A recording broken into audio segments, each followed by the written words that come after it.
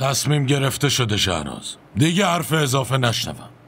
مسئولیت دختر واقعا سنگینه. ذره ای صدامون روش بلند بشه باباش میاد رو هیچ کس سرمون. بالا سرت نمیاد. لازم نیست بزرگش کنی. به هر حال که دختره 1000 جور مشکل داره. تو اصلا مشکلت چیه؟ مگه رومی رو بزرگ نمی کنی؟ مگه این بچه شیرخواره است؟ چه اذیتی میخواد بکنتت؟ هر لباسی بهش بدی میپوشه، هر خوراکی هم بدی میخوره. هر خوراکی بدم میخوره.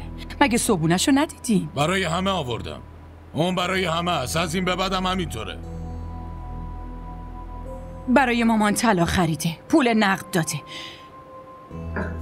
شما هم هرچی خواستین فراهم کردی. میگین جلیل چیزی نمیگه؟ چرا باید جلیل چیزی بگه؟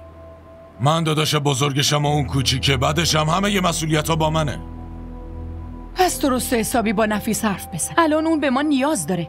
هرچی بگیم قبول میکنه. نشه فردا شمارشو عوض کنه. هیچکی شمارشو عوض نمیکنه. تا چت شده؟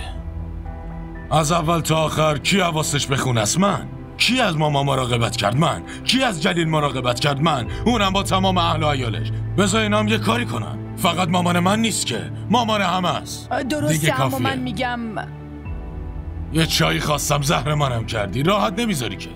اعصاب واسه من نذاشتی. این چایی هم سرد شد. یه کارم نمیتونه درست انجام بده.